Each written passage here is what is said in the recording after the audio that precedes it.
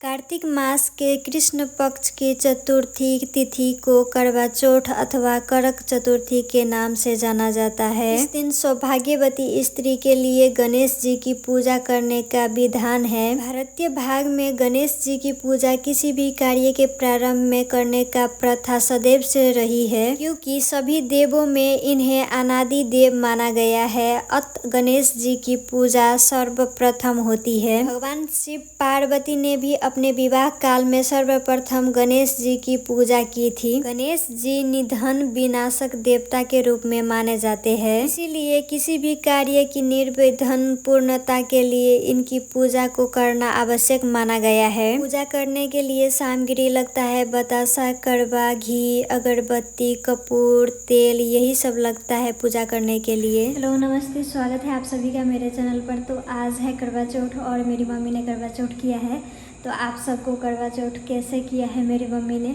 वो दिखाती भी हूँ और उसके बारे में मैं बताती भी हूँ। तो आज मैं इस वीडियो में आप सभी को साहूकार कन्या की कथा सुनाने वाली हूँ। तो एक साहूकार के 7 पुत्र और एक पुत्री थी। कार्तिक कृष्ण पक्ष चतुर्थी के दिन साहूकार की पत्नी उसकी सभी बहुओं एवं कन्याओं के संयुक्त रूप से व्रत का अनुष्ठान किया। सभी लोगों ने एक साथ सायंकाल में गणेश पूजन किया। पूजन के पश्चात साहूकार के सभी पुत्र भोजन करने के लिए बैठे। भोजन करते समय साहूकार के पुत्रों ने अपनी बहन से भी भोजन करने का आग्रह किया। बहन ने उत्तर दिया, तुम सभी लोग भोजन कर लो, मैं चंद्रोदय होने पश्चात अर्घ लेने के बाद ही भोजन करूंगी। बहन की बात सुनकर भाइयों ने कुछ दूरी पर मैदान में अग्नि जला दी और उस अग्नि के प्रकाश को छलनी में से दिखाकर कहा, बहन देखो सामने चंद्रमा निकल आई है, अब तुम भी भोजन कर लो। भाई की बात सुनकर उस कन्या ने अपनी भाइयों से भी यही बात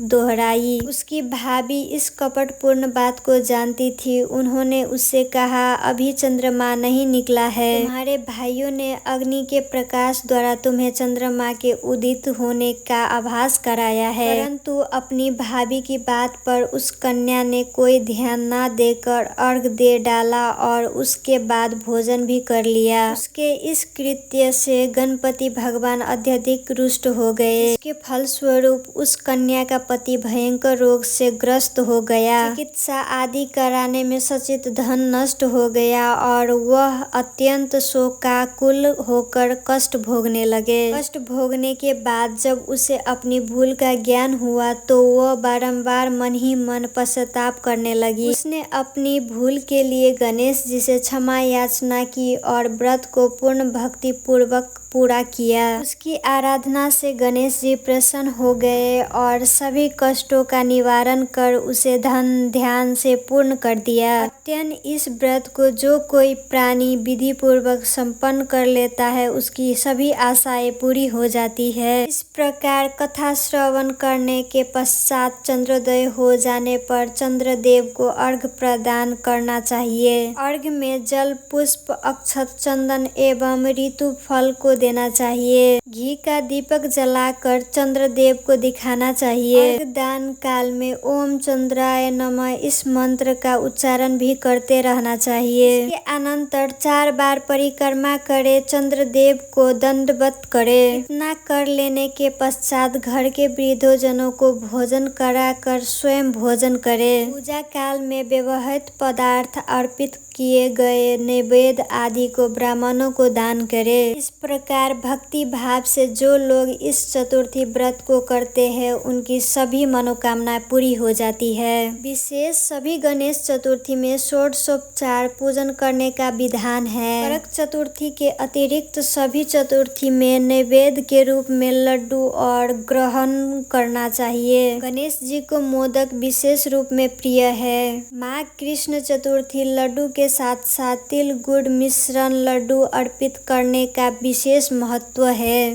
पूजा में चढ़ाए गए लड्डू में से आधा लड्डू किसी सुपात्र ब्राह्मण को दान स्वरूप वितरित कर देना चाहिए। विशेष लड्डुओं को प्रसाद स्वरूप बंधु बांधवों के साथ स्वयं भक्षण करना चाहिए। ऐसा करने से सब सुखों का मार्ग प्रशस्त हो जाता है।